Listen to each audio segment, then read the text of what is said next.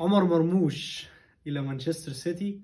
طبعا كلنا سمعنا الخبر ده، بس خليني أكلمك شوية عن حاجة تانية خالص غير الخبر ده، بس هي مرتبطة بيه، وهي فرقة أينتراخت فرانكفورت. خليني أحكي لك إزاي أينتراخت فرانكفورت قدروا يبقوا فرقة من الفرقة اللي بتهبط دايما لدوري الدرجة التانية أو بوندسليجا 2 لفرقة دايما من التوب 6 واسمها موجود على طول في بطولات أوروبا. قدرت تاخد يوروبا ليج في 2022، قدرت تاخد كأس ألمانيا، تقدر تنافس على كل البطولات ودايما اسمها مسموع.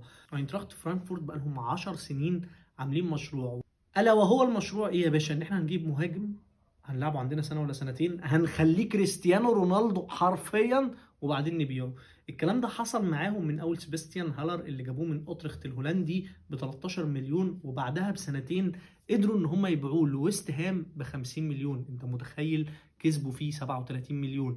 بعدها على طول راحوا جابوا لوكا يوفيتش ب 22 مليون وقدروا ان هم يبيعوه ب 60 مليون. انت متخيل؟ هناك 37 يا معلم وهنا 38 مليون، يعني كده بتتكلم في 75 مليون من اتنين لعيبه بس. بعدين على طول راحوا جابوا اندريا سيلفا ب 3 مليون وقدروا ان هم يبيعوه لايبزيج ب 23 مليون، ادي 20 مليون تانيين يعني 95 مليون. وبعدين قدروا ان هم يجيبوا كولومواني ببلاش تماما يلعب عندهم سنه واحده ويبيعوه البي اس جي ب 95 مليون.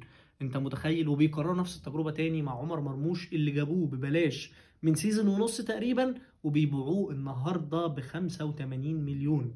يعني اجمالي كل اللي حكينا فيه ده كله بتتكلم في مكسب 260 مليون من حوالي خمس او ست مهاجمين بس في 10 سنين. ال 260 مليون دولت قدروا ان هم يطوروا بيهم النادي، قدروا ان هم يبنوا فرقه محترمه دايما في التوب 6، دايما بتنافس على البطولات في المانيا، دايما اسمها مسموع في اوروبا. اتمنى ان الفرق المصريه بتاعتنا تبص للمشروع او تبص للمنظومه بتاعت اينتراخت فرانكفورت وتقدر تطبقها على نفسها، وتقدر فعلا تحقق المكاسب الخرافيه دي. وما تقوليش ما تقوليش ان في فرق شاسع في اللعيبه واللعيبه بتاعتنا مش هتجيب الكلام ده كله، علشان في لعيبه يا جماعه من اللي جاب لهم المكاسب الخرافيه دي هو ابننا عمر مرموش اللي خارج من وادي دجله، اللي بالمناسبه وادي دجله هياخد حوالي 160 مليون جنيه مصري في الصفقه بتاعته ديت، هي نسبه اعاده البيع اللي محطوطه في العقد بتاعه من اول ما طلع.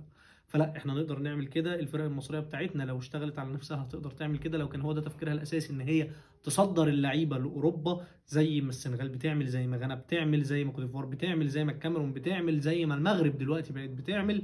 لو ده الفكر الاساسي للفرق بتاعتنا هنقدر نصدر لعيبه كتير، وهتقدر تدخل دخل اجنبي كتير قوي للفرق المصريه.